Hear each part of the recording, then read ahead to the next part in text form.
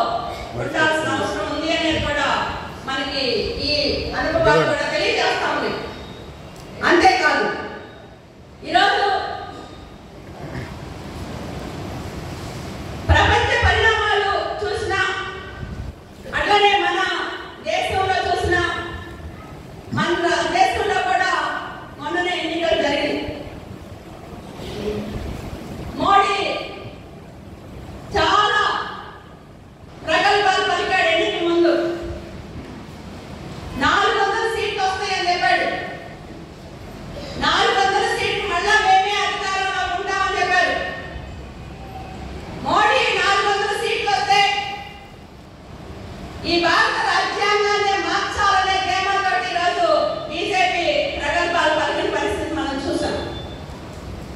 కానీ ఈ 9 సంవత్సరాల కాలంలో బీజేపీ విధానాలు ఎరిగిన ప్రజానీకం ఈరోజు మొత్తం ఇండియా కూటమిగా ఏర్పడి అయ్యా ఇక నీ పరిపాలన సాలు, నీ పరిపాలనలో ఎన్ని అఘాయిత్యాలు జరిగినాయో, ఎన్ని ఇబ్బందులు ప్రజలు గురయ్యారో తెలుసుకున్నారు. కాబట్టి మొత్తం ఈరోజు ఇండియా కూటమిగా ఏర్పడి అందులో కీలకంగా మన పార్టీ కూడా ఉంది. ఇండియా కూటమి ఆధ్వర్యంలో మనం ఎన్నికలకు వెళ్ళాం. ఇండియా కూటమి ఎప్పుడైతే ఏర్పడి దేశవ్యాప్తంగా ప్రజలకు ఒక మోడీ వ్యతిరేకంగా కాన్ఫరెన్స్ ఇవ్వగలిగామో అనివార్యంగా ఈరోజు మోడీకి 400 సీట్లు వస్తాయి అనుకున్నాడు. చివరికి 230 సీట్లకే పరిమితం చేసుకోవాల్సిన పరిస్థితి వచ్చింది. 230 సీట్లు వచ్చినాయి కదా, ఏమైనా జ్ఞానోదయం అయితేమో, ప్రజల ఆలోచనలకు అనుగుణంగా పరిపాలన చేస్తారేమో, ప్రజల ఇబ్బందులు గుర్తిస్తారేమో అని చెప్పేసి అనుకున్నాం.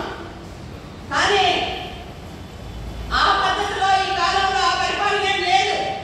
గతంలో ఏదైతే విధానాలు అవలంబించారో అదే విధానాల్ని మరింత వేగంగా అమలు చేస్తా ఉన్నారు. ఈరోజు ఒకటి కాదు, 2 కాదు, చాలా మన ప్రజాస్వామ్య హక్కులను కూడా కాపాడే విధంగా ఈరోజు ఈ కాలంలో పరిపాలన కొనసాగుతా ఉంది.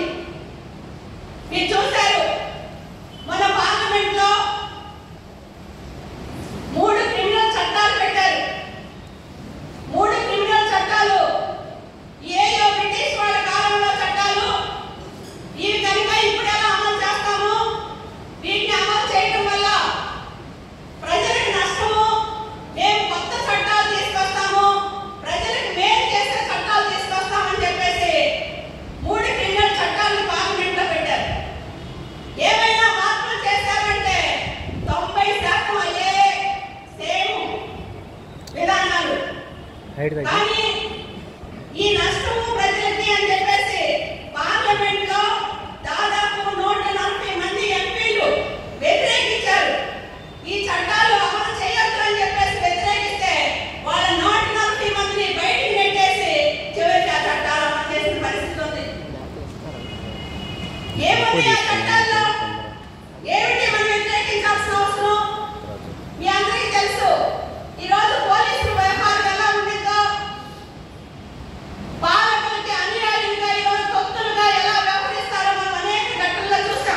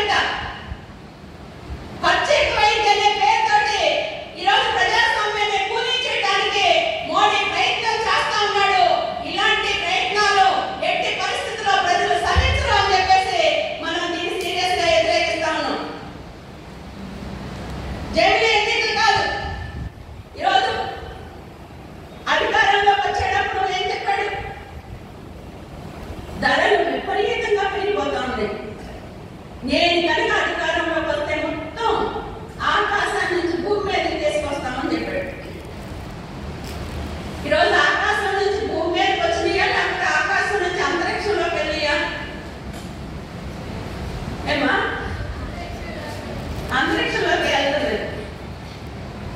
ఎందుకు వెళ్తున్నాయి?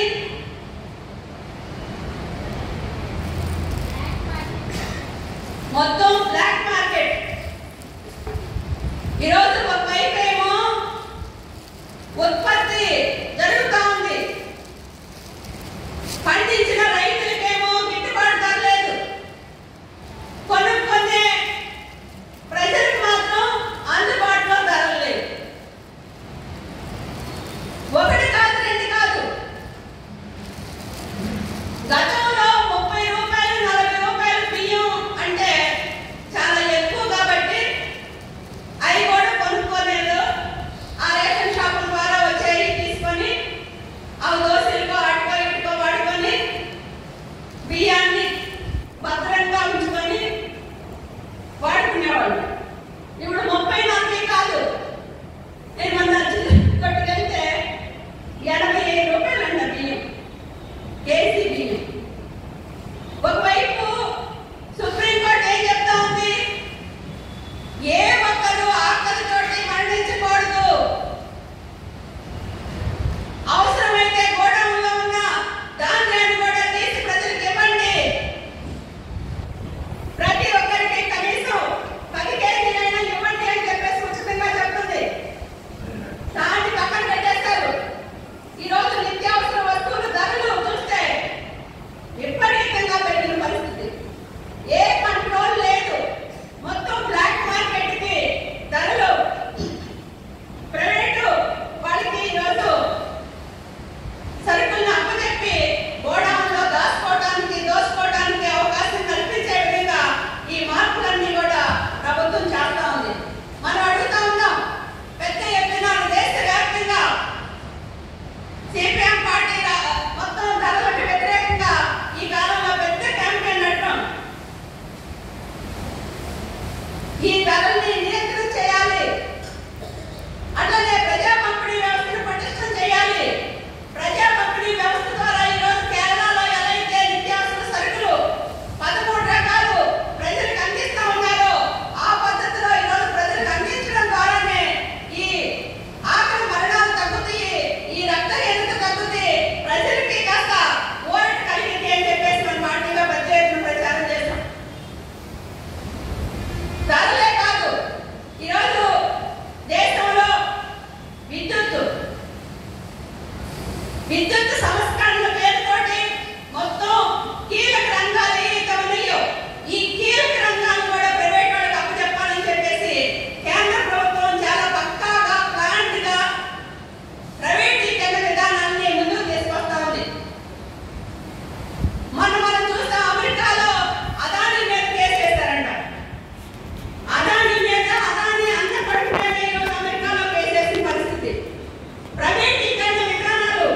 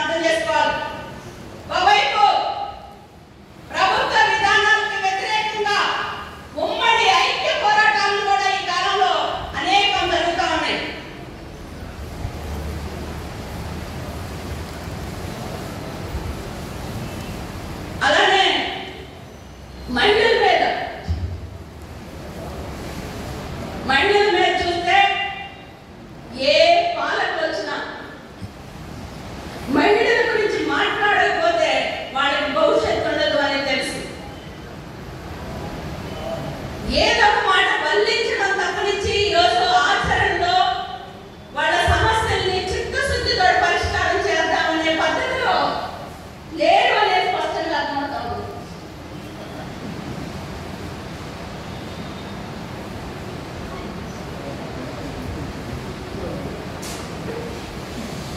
ఎందుకండి మొన్న 2024 ఎన్నికలకు ముందు దాదాపు 1998 నుండి పార్లమెంట్ గోడల మధ్య మగ్గిపోతుంది మహిళా రిజర్వేషన్ బిల్లు. ఒకసారి రాజ్యసభలో కూడా ఆమోదమైంది 2010లో. అప్పుడు బృందాకర్ గారు ఉన్నారు. మేమంతా ఇక్కడ రాజ్యసభలో ఆమోదమైంది అని చెప్పేసి మన ఆఫీస్లోనే బయటకు వచ్చి స్వీట్లు పంచుకొని కొవ్వొత్తులతో ప్రదర్శన చేశాం. 10లో రాజ్యసభలో ఆమోదమైన 2014 దాకా మహిళా రిజర్వేషన్ బిల్ ఆమోదం చేయాలి. మహిళా రిజర్వేషన్ బిల్ ఆమోదం చేయకుండా ఈరోజు ఏకాభిప్రాయం పేరుతోటి ఈరోజు ఆ బిల్లుని చట్టపట్టులో వేసే పద్ధతిలో ప్రభుత్వం ప్రయత్నాలు చేసింది. మహిళా పోరాటాలు పెరుగుతా ఉన్నాయి. మహిళల మీద చైతన్యం పెరుగుతా ఉంది. వీళ్ళ గురించి మాట్లాడకపోతే, ఆలోచన చేయకపోతే, పట్టించుకోకపోతే వాళ్ళకి భవిష్యత్తు ఉండదు అని చెప్పేసి అనుకున్నారు. కాబట్టి అనివార్యంగా 2014 ఎన్నికల ముందు మహిళా రిజర్వేషన్ పార్లమెంట్ లో పెట్టారు. పార్లమెంట్ లో పెట్టి ఆమోదించిన అది అరచేతిలో స్వర్గమే. ఏ బిల్ అయినా పార్లమెంట్ లో ఆమోదం జరిగితే ఈ రోజు రాత్రికి పార్లమెంట్ లో ఆమోదించింది అంటే అర్ధరాత్రి నుండి బయటకు వచ్చి ఇంప్లిమెంట్ అయింది. ఎంత ఉపా చట్టాలు లాంటి ఎన్ని చట్టాలు, ప్రజా వ్యతిరేక చట్టాలు ఏమి చేసినా కూడా మరుసటి రోజు నుంచి అన్ని అమల్లోకి వస్తాయి. కానీ మహిళా రిజర్వేషన్ బిల్ ఇప్పుడు అమలు కాదట. మళ్ళా జనాభా లెక్కలు తీయాలట. జనాభా పాపులేషన్ తీసిన తర్వాత జనాభా ప్రాతిపదికన మహిళల సంఖ్యను బట్టి దాన్ని ఇంప్లిమెంట్ చేస్తామని చెప్పేసి సిగ్గు లేకుండా ఈరోజు పాలకులు మహిళలను మోసం చేసే విధంగా ఈరోజు ఆ బిల్లును పాస్ చేశారు. ఒకవైపు రిజర్వేషన్ బిల్లుతో మోసమే కాదు, ఈరోజు ప్రతి 15 నిమిషాలకి మహిళల మీద వేధింపులు పెరుగుతూ ఉన్నాయి.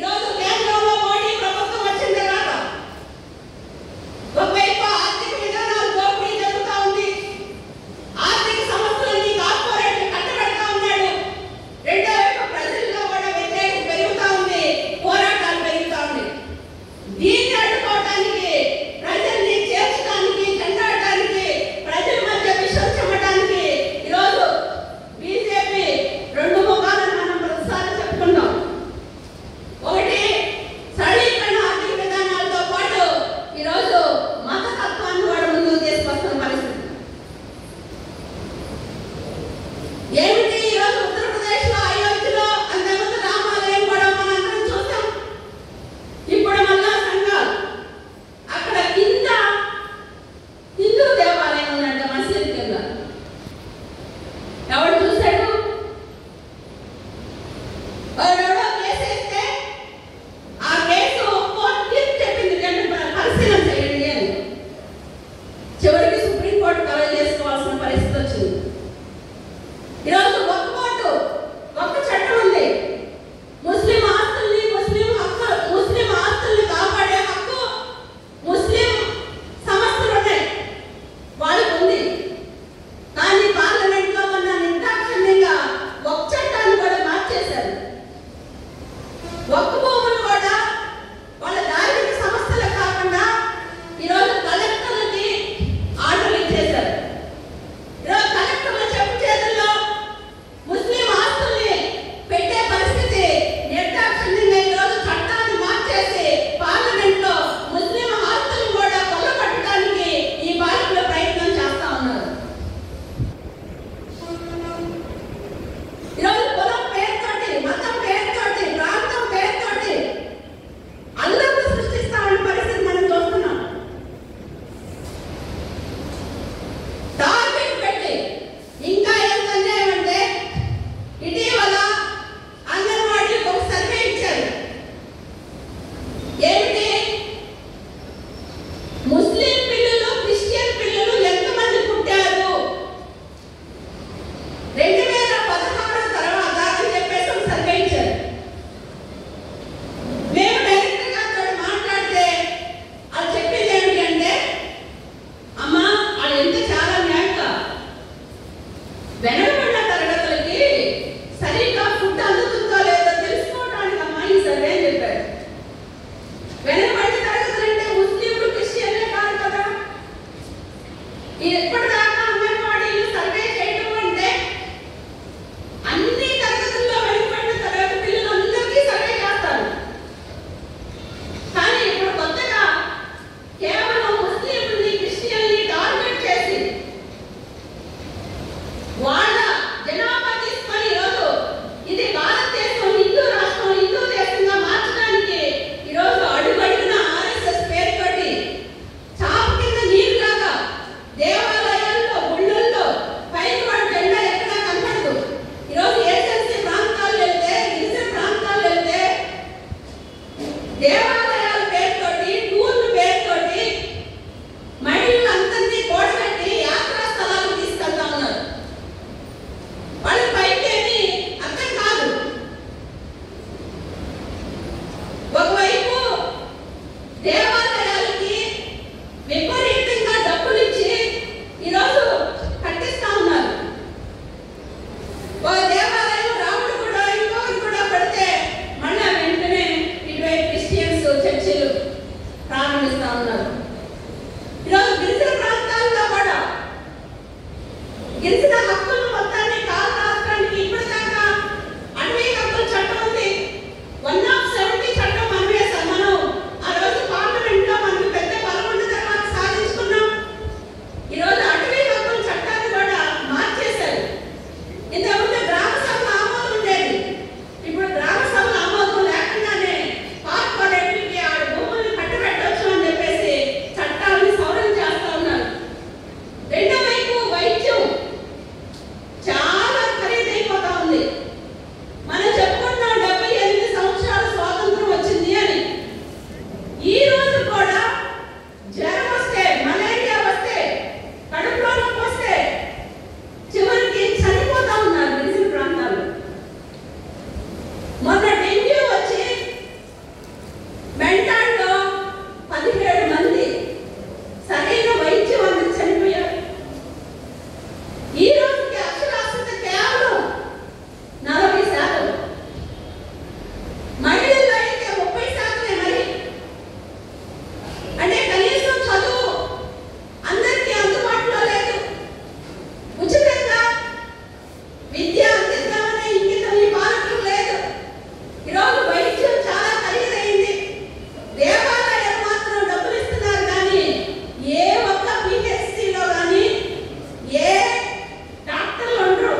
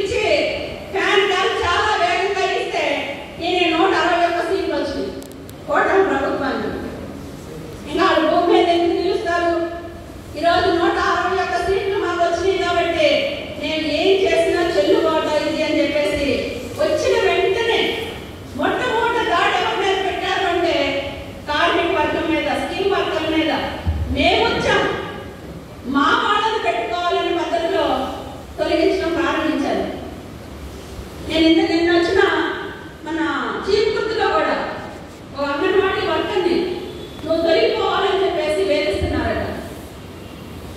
ఒక చీఫ్ గుర్తు కాదు, పల్నాడు జిల్లాలో దాదాపు 7 మందిని నిర్దాక్షిణ్యంగా సెంటర్లో వెళ్ళి బలవంతంగా చేతి పట్టుకొని బయటికి లాగి మీరు మానుకోండి, మా వాళ్ళని పెట్టుకుంటాం. ఈరోజు మధ్యాహ్న భోజన కార్మికుల్ని దాదాపు 1000 మందిని తొలగించేశారు. ఏమిటి వాళ్ళకి వచ్చే ఆదాయం? కేవలం నెలకు 3000. 3000 తోటి వాళ్ళు ఉపాధి కోసం పరుగులెత్తుతా ఉంటే 10 ఏళ్ళు 15 ఏళ్ళు పనిచేసిన మధ్యాహ్న భోజన కార్మికుల్ని ఈరోజు నిర్దాక్షిణ్యంగా తీసేసిన పరిస్థితి. అన్ని తరగతుల్లో ఎక్కడ అవకాశం దొరికితే అక్కడ ఆశా వర్కులు కావచ్చు, పంచాయతీ కార్మికులు కావచ్చు, మున్సిపల్ కార్మికులు కావచ్చు, అనేక తరగతుల్లో ఈరోజు మా వాళ్ళని పెట్టుకోవాలనే పేరుతోటి దుర్మార్గంగా రాజకీయ వేధింపులు చేస్తా ఉన్నారు. అదే సందర్భంలో మనం బలంగా ఉన్నాం కాబట్టి ఐక్యంగా వాళ్ళందరినీ పోరాటాలకు దించుతామనే భయంతో ఈరోజు అక్కడక్కడ తగ్గుతా ఉన్నారు. మీకు తెలుసు విద్యుత్ ఛార్జీలు ఏ ఒక్కరు స్మార్ట్ మీటర్లు పెడితే మేము అంగీకరించాం, అవసరమైతే పగలు కొట్టండి అని చెప్పేసి లోకేష్ బాబు గారు ప్రకటన చేశాడు. కోర్టులో కేసేశారు. ఎంత దుర్మార్గమా అంత దుర్మార్గమా అన్నారు. ఈరోజు ఏం చేస్తున్నారు వాళ్ళు? మళ్ళీ వీళ్ళు వచ్చిన తర్వాత సైలెంట్ గా, ఎంత సైలెంట్ గా అంటే దుర్మార్గులు. మేము నిన్న మన వెంకటరావు ఇంటికి వెళ్ళాం. వెళ్తే వీళ్ళు పాపం పెళ్లి దగ్గరికి వచ్చారు. పెళ్లి దగ్గర నుండి భోజనం చేసి ఇంటికి వచ్చే లోపు వాళ్ళు స్మార్ట్ మీటర్ బిగించి వెళ్ళిపోయాడు. మామూలుగా మనం వ్యతిరేకిస్తున్నాం కదా, మనం ఉంటే వ్యతిరేకించేవాళ్ళు, మనం వ్యతిరేకించేవాళ్ళు, అలా కదా. పెళ్లి దగ్గర భోజనం చేసి ఇంటికి వచ్చే లోపు స్మార్ట్ మీటర్ పెట్టేసి వెళ్ళిపోయాడు. ఫస్ట్ ప్రభుత్వ ఆఫీస్ అన్నారు, ఇప్పుడు షాపులు అంటున్నారు, రేపు ఇళ్ళకి కూడా పెడతారు. అంటే వారికి నాలుగుకి ఏమీ లేదు, ఏ నాలుగుకి ఎటైనా చెప్పొచ్చు. అప్పుడు అది చెప్పామే, మళ్ళీ ఇప్పుడు ఇది చేస్తున్నామే, ప్రజలు మన గురించి ఏమనుకుంటున్నారు అనే ఏ ఇంకితం లేకుండా ఈరోజు విద్యుత్ సంస్కరణలు మన రాష్ట్రంలో అమలు చేస్తా ఉన్నారు. దాదాపు 1750 కోట్ల రూపాయలు ఈరోజు ప్రజలు గోల్డ్ ఓడగొట్టే పరిస్థితి వస్తుంది. మరి ఎప్పుడు 200 వచ్చారు కరెంట్ బిల్లు, ఈ నెలలో 900 వచ్చింది. ఇదేదో మా సమస్య కాదు. అసలు 200, 300 వచ్చే కరెంట్ బిల్లులు ఒకేసారి 500, 600 వస్తే మన ఆదాయాలు ఏమన్నా పెరిగినాయా? ఎలా బతకాలి? ఒకవైపు ఏమో ధరలు పెరుగుతా ఉంది, సరుకులు ఎలా కొనుక్కోవాలని ఆలోచన చేస్తా ఉంటే ఈరోజు విద్యుత్ బిల్లుల పేరుతో మళ్ళీ బాధలు చేస్తా ఉన్నారు. విద్యుత్ బిల్లులే కాదు, రేపు రోడ్ల మీద నడిచినా కూడా ట్యాక్స్ వేస్తారంట. రోడ్లు ట్యాక్స్, నీ రోడ్లో నువ్వు ట్యాక్స్ వేసుకొని నీ రోడ్డు నువ్వు బాగు చేసుకుంటే ఆ రోడ్డు బాగుంటుంది. ఇప్పటికే టోల్ గేట్ల పేరుతోటి గోల్డ్ పడుతున్నారని మనం బాధపడుతున్నాం. ఇప్పుడు మన వీధిలోకి వచ్చిన గ్రామాల్లో సహా మొత్తం రోడ్లన్నీ ప్రైవేట్ వాళ్ళకి ఇస్తానని చెప్పేసి చెప్తున్నాడు. రోడ్లు ప్రైవేటీకరణ, హాస్పిటల్ ప్రైవేటీకరణ, విద్యని రేషనలైజేషన్ పేరుతో ఈరోజు స్కూళ్ళు మూసేయడం, ఇవన్నీ ఏ చర్చ జరగకుండా ఉండడానికి తిరుపతి రెడ్డిని ముందుకు తీసుకొచ్చారు.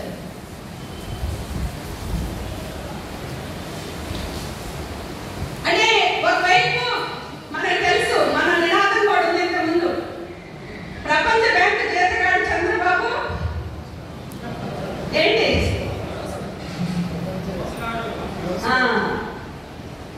సేమ్ విధానాన్ని ఈరోజు మళ్ళా యాజ్ ఇట్ ఈజ్ గా ముందుకు తీసుకెళ్ళడానికి ఈ కూటమి ప్రభుత్వం కూడా ముందుకెళ్తా ఉంది. కూటమి ప్రభుత్వానికి ఈరోజు ఒక cine actor star Pawan Kalyan తోడయ్యాడు. అయ్యో సినీ డైలాగ్ చెప్తే అయ్యో వాస్తవాలు కాబట్టి 2 గంటల సినిమా కాబట్టి అందరూ ఫాలో అయిపోయారు. కానీ ఈరోజు వాస్తవంగా ఆచరణలోకి వచ్చిన తర్వాత ఈ డైలాగ్ ఎక్కడ పేరులా తిరుపతి రెడ్డి సనాతన ధర్మం అని చెప్పేసి